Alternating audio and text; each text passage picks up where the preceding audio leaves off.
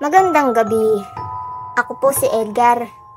Matagal ko nang hilig ang pag-akyat ng bundok.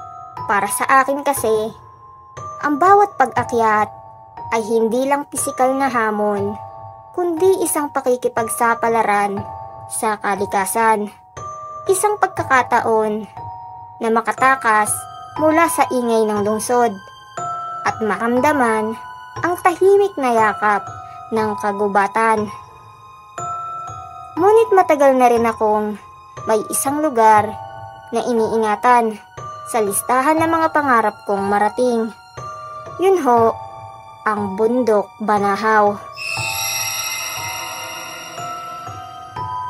Marami na akong narinig tungkol dito. May mga nagsasabing banal daw ito, isang dambana ng kalikasan, isang lugar na punong-puno ng espiritual na enerhiya. Ngunit kapantay ng mga kwentong ito, naroon din ang mga babala. Maraming lumang kwento ng mga nawawala rito, ng mga nakikitang nilalang na hindi kabilang sa mundong kilala natin, at ng mga lugar sa bundok na hindi dapat pasukin. Kabilang dito ang mga yungib na sinasabing tahanan ng mga tagabantay, espiritu o nilalang na nakatalaga upang protektahan ang mga lihim ng Banahaw. Noong taong iyon, kasabay ng tag-init, ay nagpasya akong sumama sa isang grupo ng mga kapwa umaakyat. Mahaba at matarik ang aming dinaanan. Ngunit sanay na ako. Sa kalagitnaan ng aming paglalakad, naramdaman kong kailangan kong mag-isa. Hindi dahil may sama ng loob ako sa kanila, kundi dahil may tawag na parang gumagabay sa akin. Isang di maipaliwanag na bulong sa hangin. Iniwan ko ang kampo ko at naglakad papasok sa isang makipot na daan na natatakpan ng mga ugat at matataas na damo. Tahimik ang paligid. Wala akong naririnig kundi ang malalim na hampas ng hangin at mga langit-ngit ng kahoy na waring umiindayog sa sariling ritmo. Pagkaraan ng ilang minuto, Buspaw, nakita ko ang bungad ng isang yungib. Hindi ito kasama sa mga nakasaad sa mapa ng aming ruta. Ang pasukan ay tila nilulumot na, at sa paligid nito ay may mga halamang hindi ko pa nakikita noon. Sa kabila ng tirik na araw, malamig ang hangin lumalabas mula sa loob. Para bang may ibang mundo sa kaloob-looban nito. Pumasok ako, Buspaw, gamit ang headlamp para makita ang paligid. Unti-unting lumitaw ang mga ukit sa dingding ng yungib. Hindi ito basta mga guhit.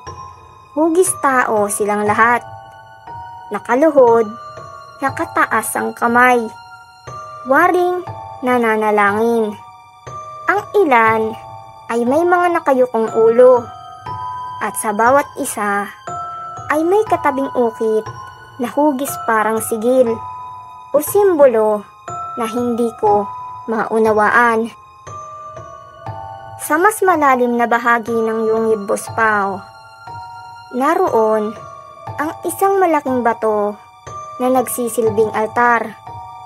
Sa ibabaw nito ay may mga tuyong dahon, bungo ng hayop, at mga kandilang tila bagong sindihan kahit wala namang apoy.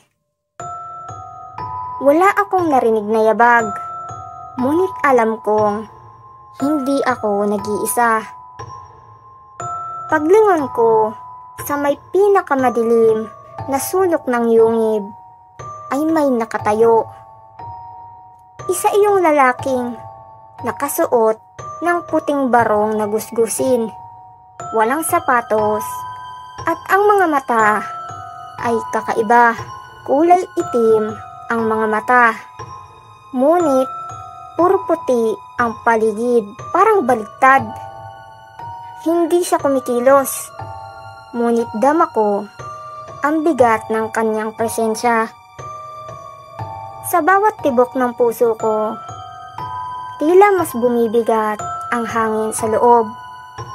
Parang nawala ang oxygen, nahihirapan akong huminga. Naramdaman ko na lang na bawat kisap mata ko, mas lumalapit siya sa akin. Mula sa 5 metro, naging 4, 3, hanggang maramdaman ko ang malamig niyang hininga. At bago pa ako makagalaw, Boss Pao, inilagay niya ang kamay niya sa balikat ko. At sa isang iglap, nagdilim ang lahat. Pagmulat ko, hindi na ako nasa loob ng yungib. Nasa tuktok na ako ng bundok. Wala ang mga kaibigan ko. Ang araw ay papalubog na. Ngunit hindi ko na matandaan kung paano ako nakarating doon. Wala akong dala, kundi ang katawan kong pagod at ang isipan kong puno ng tanong. 2 araw ang lumipas, Boss Pao, bago nila ako natagpuan. Basang-basa, walang sapatos, at wala sa sarili. Sa isang baryo, sa paanan ng Banahaw, hindi ko alam kung paano ako nakarating doon. Ngunit mula noon, sa tuwing dumidilim, sa paningin ng aking isipan, nakikita ko pa rin ang lalaking iyon sa gilid ng aking paningin. Nakatayo lang, nakatingin, at tila hinihintay na muli akong bumalik.